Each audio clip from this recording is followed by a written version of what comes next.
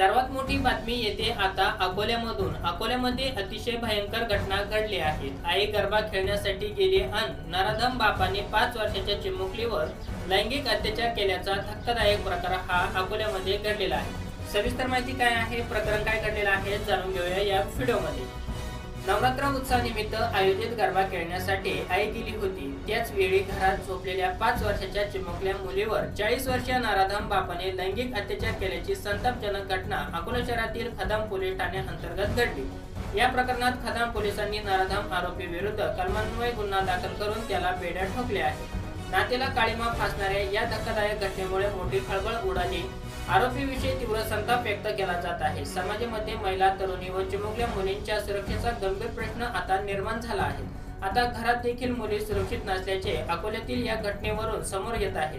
शहरातील खदाम पोलीस ठाणे अंतर्गत राहणारी एक महिला रविवारी रात्री मुलांना घरी झोपून एकटीच परिसरात गरबा खेळण्यासाठी गेली होती।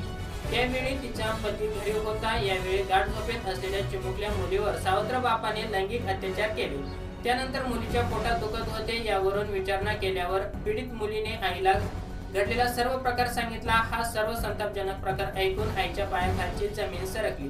सावत्र बापाच्या गैरकृत्याचा मोठा धक्का महिलेला बसला। प्रकृती बिघडलेल्या 5 वर्षीय चिमुकलीला शासकीय रुग्णालयात उपचारार्थ दाखल करण्यात आले।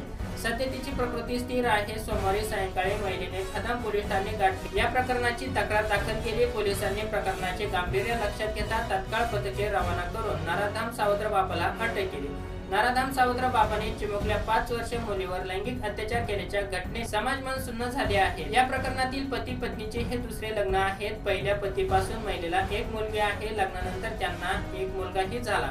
मुलगा, मुलगी, पती व पत्नी असे सर्वजण एकत्रित राहत होते। पती मजुरी करून कुटुंबाचा उदरनिर्वाह चालवत होता। रविवारी रात्री महिला बाहेर गेल्यावर नराधम बापाने सावत्र मुलीवर अत्याचार केले। या प्रकरणात पीडित मुलीने या अगोदरही तिच्यावर सावत्र बापाने अत्याचार केल्याचे सांगितले आहे।